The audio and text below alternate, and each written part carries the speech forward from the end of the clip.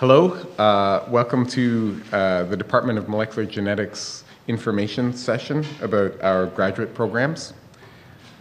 My name is Peter Roy. I'm the graduate coordinator for the Department of Molecular Genetics. If you interface with us in the real world or electronically, you'll see you'll interface with several other members of our department, including Professor Julie Claycomb, who's the assistant graduate coordinator, Ileana Steinbach, the grad program administrator, and Colleen Kelly, the student services assistant. Okay, so today I'm going to tell you about a few things. First, what is molecular genetics? Then why do your MSc or PhD in our department?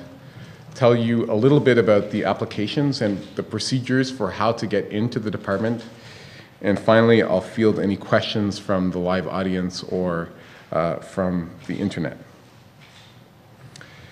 So first off, what is molecular genetics? Well, probably you ask 100 different scientists, you'll get 100 different answers. I've tried to summarize it best I could here to understand how life works. We use techniques that are focused on molecular biology, genetics, cell biology, genomics, proteomics, biochemistry, and computational biology. We're interested in several levels of biology, from nearly the tiniest interactions between molecules, including protein-protein interactions, protein-DNA interactions, how proteins interact with RNA, et cetera, et cetera.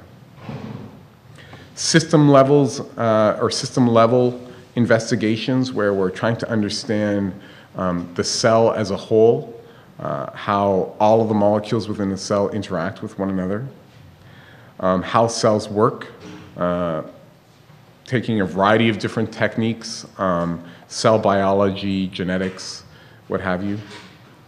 Interactions between microbes and hosts, really microbiology.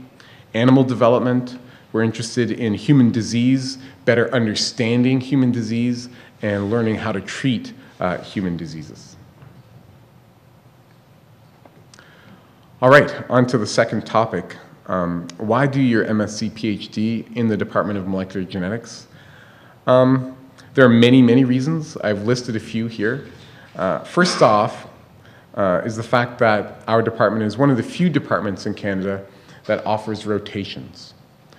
So students who join our program either in September or January will be asked to do 3 rotations in 3 different labs. Each rotation lasts about 5 weeks, and it's really a two-way prolonged interview between the student and the lab. It's designed to allow students to find the best fit for them in terms of the actual science that they do from day to day, the chemistry between the student and the lab and the PI, and also to allow the PI to see if the student is the right fit for them. Invariably, all of the students who join our program and go through rotations end up in a lab that they're very happy with. Second, our graduate program is really focused on research and problem solving, training students, graduate students, how to become independent scientists, right? So there is some coursework, as you can see here. There's about 34 hours of classroom time for MSc students and about 70 hours of classroom time for PhD students. But of course, the majority of your time, say 85 to 90% of your time, will be spent in the lab thinking about experiments, doing experiments, interpreting your experiments and planning ahead and talking about your science with your lab members and other members of the scientific community. Right. So training you how to think like a scientist is extremely valuable for a variety of careers, whether you're interested in pursuing an academic career, becoming a professor, becoming an industrial scientist, or working for the government, consulting and patent law. We have hundreds of graduates who have taken on probably just as many careers. Many alumni have become professors, physicians, patent lawyers, have gone into consulting, et cetera, et cetera. So I have a few snippets from papers that show the success of our students and faculty. This is just one of our students from John Dick's lab who's did an extremely successful PhD, and we take pride in this. This is evidence that we're being effective in teaching our students how to think independently. Another reason that you might want to consider joining our department is that we have about 100 cutting-edge scientists. So these are world leaders in their field. We focus mainly on these 6 subject areas: cellular and molecular structure and function, genetic models of development and disease, molecular medicine and human genetics, molecular biology and infectious disease, computational and systems biology, functional genomics, and proteomics.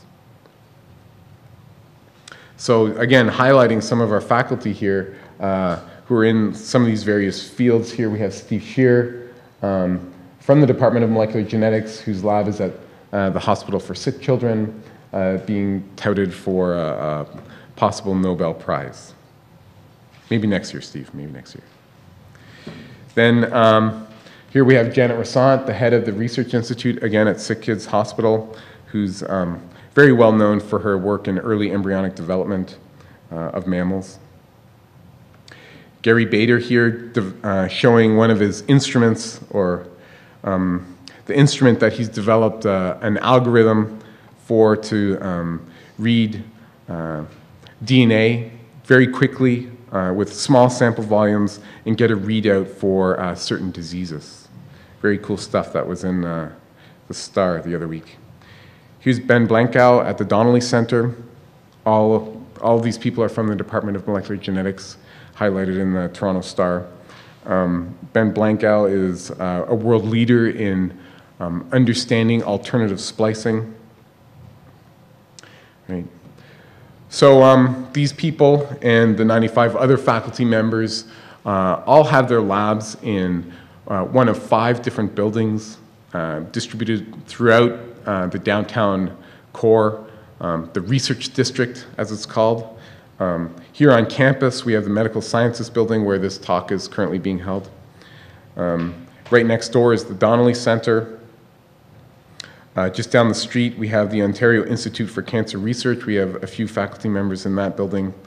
The Hospital for Sick Children's Research Institute, now called the Peter Gilgan Center for Research and Learning, a brand new building located on Bay Street.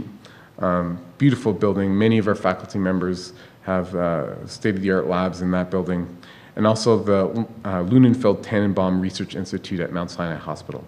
We have about roughly 18 faculty members in that institute. So for some fraction of people who are interested in molecular genetics, they're interested in our quantitative biology track. It's a PhD program only. It's designed for students who are trained in the more quantitative sciences, including physics, math, chemistry, computer science, engineering perhaps, who really don't have a whole lot of training in biology, but they want to apply their quantitative skills to investigate biological problems.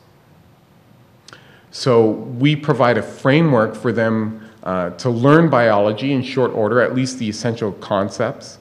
During the first semester, they're provided with 15 or 16 lectures on core topics. We guide them through essential text, mentor them through that process, and teach them a variety of wet lab and dry lab techniques. So this year will be the first time that we offer this program, and so far we have 3 people interested in joining this program. For the first go round, we want to keep the class relatively small, so if you're interested, please apply early. Some other little tidbits. Of course, your graduate stipend is guaranteed throughout your PhD or MSc degree. We cover the costs of living expenses, modest living expenses, plus the cost of tuition. We also have monthly career development workshops to help develop skills outside of the lab for helping you land whatever position you may want to pursue after graduate school. It's co-curricular activities. We have a yearly alumni networking and career symposium to build career connections. The first symposium, I believe, is June 5th, I believe, this year. We have an annual retreat to foster scientific interactions among our students and faculty and postdocs. It's off-site. It's in Aurelia at beautiful Lake Couchiching. That's for a day and a half or so, maybe 2 days. It's a great opportunity to get to know your colleagues, your fellow students, and your professors a lot better. We also have a very active graduate student association who's responsible for really the social life of the department. Anybody who's interested can participate in the GSA, and once you join the department, I strongly recommend that you participate. It will enrich your life and the lives of others greatly. And of course, our faculty, we feel, are a very supportive community, part of a supportive community. All right, on to the third section. How do you apply? Well, as part of your application package, you need 6 items. First is the letter of intent. This is a 1 to 2 page letter that should really describe your interest in the department. Why do you want to be a biologist? Why do you want to join the Department of Molecular Genetics specifically? There are many other departments that you may be interested in, so why molecular genetics? Whose research in our department compels you? What interests you the most about our department? Okay, saying that you are interested in working with, say, one particular faculty member, say Howard Lipschitz, doesn't necessarily mean that you're going to end up in that lab, and of course, in no way will we hold you to it. You should also describe what your research experience is in that letter of intent. You know, it's part of this story for why you want to become a scientist, right? Well, this inclination led you to participate in summer work in a particular lab, and this got you thinking about X, Y, and Z, and finally, that's why I'm here. That's why I want to join the Department of Molecular Genetics. And also, it also gives you a place to describe any lapses. Perhaps maybe you had a bad semester, maybe there were personal reasons for why your marks dipped. And so this letter of intent gives you the space to explain what might have happened. And all of these reasons will be taken into account when we consider your application. The second part of your application package is your transcript. We would like to see evidence of an outstanding academic record, say 80% or more for your average, overall average, and we'd like to see really good marks in courses that are relevant to what we do. You know, genetics, cell biology, molecular biology, biochemistry. We'd like to see very good marks there. Of course, if you're applying to the QBMG program, we don't expect these types of courses on your transcript. Thirdly, evidence of lab experience. We want to be sure that the people who end up in our department are sure that they want to be wet lab or dry lab scientists. Okay?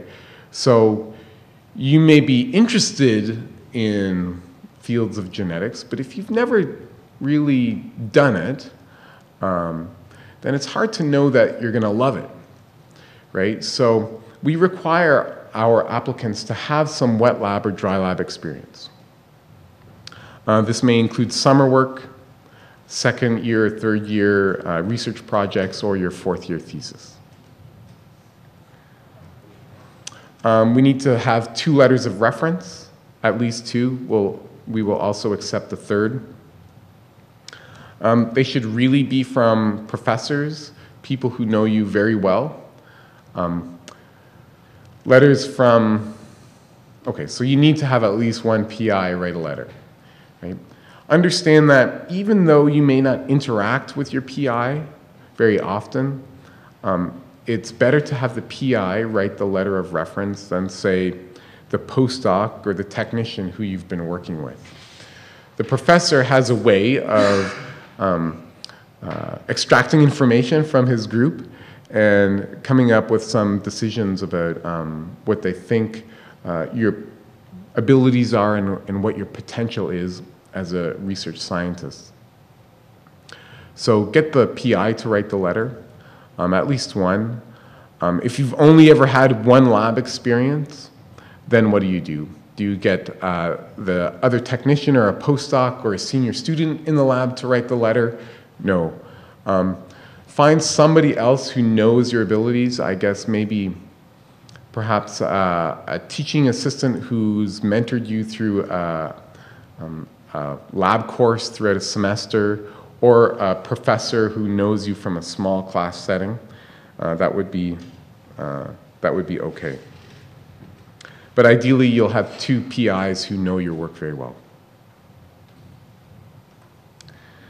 Finally, we need to have your CV or your resume, and the School of Graduate Studies asks for $120 as part of your application fee. So the full application procedure can be found on our website. If you just type this bit.ly here, you'll be able to find it very easily. And all of the applications are submitted electronically at this address here. So we have 4 application deadlines. November 15th, you initiate the application procedure, and all of the items, including the reference letters, are due December 1st, roughly 2 weeks later. And that deadline is for September entry. Then we have the January 15th / February 1st deadline, again for September entry. The May 1st, May 15th deadline for the September entry. And finally, if you're interested in joining in January, you can apply in September. That said, you can apply at any one of these deadlines and defer acceptance from September to the next January or the following September. And that's all I got for you today. So if there are any questions, I'd be happy to field questions. There's a question from the audience there. Is there any difference between application of international students? Is there any difference between visa students and domestic students in terms of application fees? No, I don't mean fees, like procedure, acceptance, or anything else. Yeah, that's a good point. So, that I totally neglected to include in this presentation. Yeah. Yeah, so visa students, they have one of 2 ways of applying to the department. One is to first secure a sponsor. So you have to ask a professor within the department if they'd be willing to sponsor you. What does that mean, sponsor? It means to provide a letter to the, as part of your application package that says that they will take you on, okay? So they're committed to you as a visa student, but you're not committed to them. So you would, if you get in, you join the department, you do your 3 rotations, one of which may or may not be in the sponsoring faculty member's lab, and then at the end of your 3 rotations, you decide where you want to go. So you're not obligated in any way to go to the sponsoring faculty member's lab, but they're obligated to take you if nobody else will take you. Right? The reason for that is that we don't want people traveling overseas here and ending up without a PI. Okay? And the tuition is about $10,000 more for international students, and the lab's research grant pays for that difference. So, you know, it's a little bit of international students cost a little bit more to labs, but that's okay. Many of our labs can afford international students and are happy to pay those fees for a good student. All right, Peter, we have a question from one of our online participants. Cody asks, I'm interested in the rotation system. My question is, how are your 3 lab rotations chosen? Is it simply self-chosen, or is there some sort of ranking and acceptance process? Yeah, that's a great question. During the summer, we send out a survey, and students fill out the survey and rank labs that they're interested in rotating in. And we try to place you in your first choice. If not, we go to the second choice. Like sometimes some topics are very hot, right?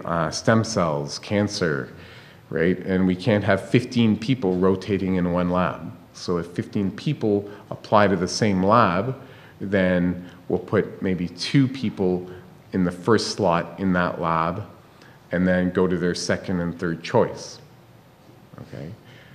For the second and third rotations, the students are free to choose whichever lab they want. And they would approach those professors during the first rotation period and talk with them and see if there's space available for the second rotation and whether or not they're really interested in rotating in that lab. Okay, another question from online. M. Chan asks, for the quantitative bio PhD track, is there something similar for students originally in life sciences? For example, courses that will refresh physics or math knowledge and teach them programming? That's a great question. We're considering that, but currently we don't have such a program, okay? That QBMG track is only for students with quantitative science background who have very little formal training in biology. Right? And so we get them up to speed. However, we're currently thinking about developing such a program where we take biology students and give them more quantitative skills, give them a boot camp in programming so that they can better navigate large data sets. It's a question another from the audience. Sorry. So is there any projects that involve collaboration between genetic student and quantitative biology major students? There's absolutely tons of collaboration in our department and in other departments as well. We have many of the computational biology labs that rely heavily on programming and informatics collaborate with labs, wet labs, that do live biology experiments, and they help them process the data. So there's tons of that type of collaboration going on, both totally within our department and also between, say, computational biologists, faculty in our department, and other wet lab scientists around the world. Again, from the online participants, is it common for students who have applied and have been accepted to the grad programs at MoGen to work at a department lab in the summer before September when grad school starts? And how does that affect the rotations? I wouldn't say it's common, but it's not uncommon. Several students do that every year, but their formal admission or start of the program is only in September. Okay, so if you're extremely interested in Lab X and you're thinking that you're going to join Lab X and you do summer work in Lab X, then I would advise you not to do the rotation in Lab X during rotation slots 1 and 2. Okay, so do those rotations in other labs, then you go back to Lab X and do your third rotation, and if that's where you end up, then it's as if you only did 2 rotations. Maybe you'd like to comment. It seems that, well, I know that research experience is very important for the selection criteria. Are there opportunities in MoGen for a student to gain experience if that's missing from their CV? Yeah, so right now, if you're a 4th-year student and you don't have research experience, that's going to be difficult But if you're a first or second or third year student without research experience, it's not too late. You can do thesis work, you can do independent research projects, you can try to find a lab that will take you on during the summer. If not a paid position, then at least a volunteer position. So there are lots of opportunities for people in their second and third year to gain more research experience. Another question from online. Are there any advantages of applying at the earlier deadlines versus later ones for September entry? Is it a similar number of accepted students per deadline? We don't have quotas.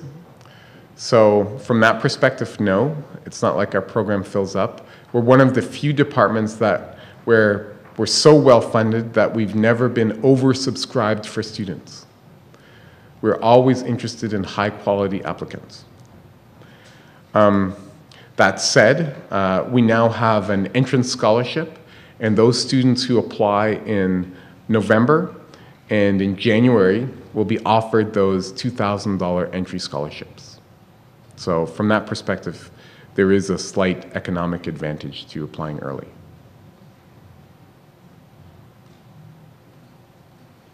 Yes, question in the audience?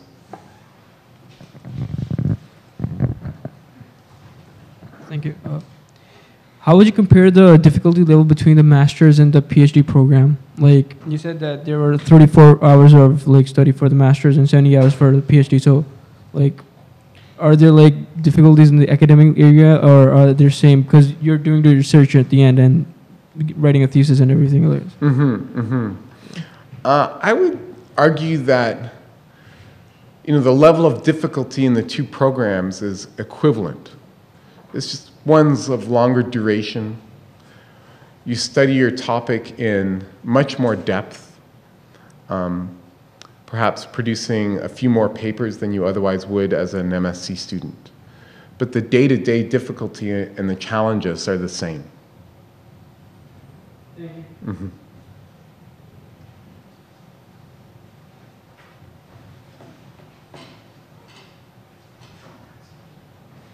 Contacts, right.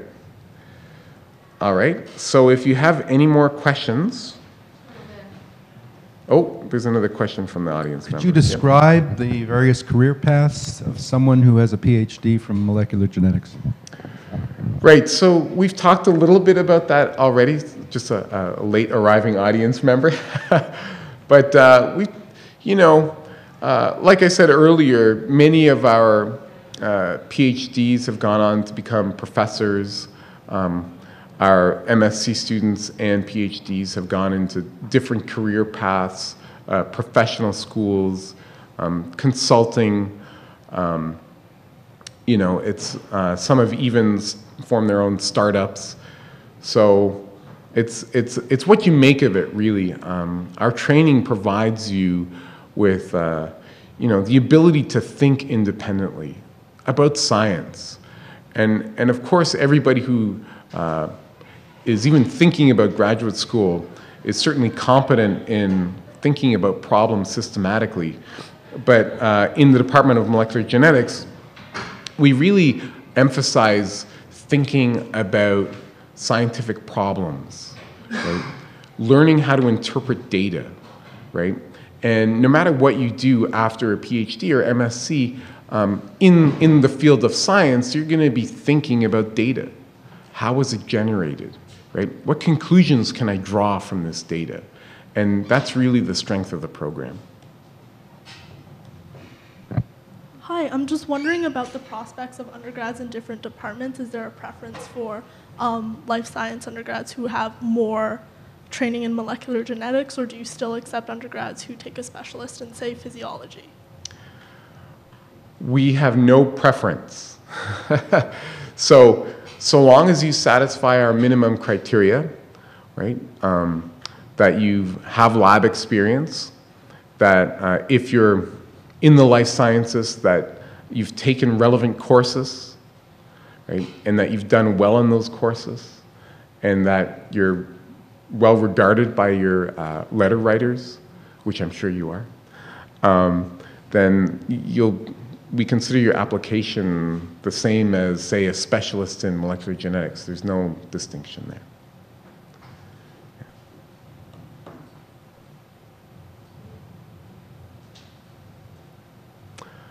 Excellent. So if you have any more questions that you think of over the next few days or whenever, please email me at graduate.coordinator@utoronto.ca, or you can contact Julie at julie.claycombe@utoronto.ca, and our administrator, molecular.medgen@utoronto.ca, and we'd be very happy to take any questions that you might have.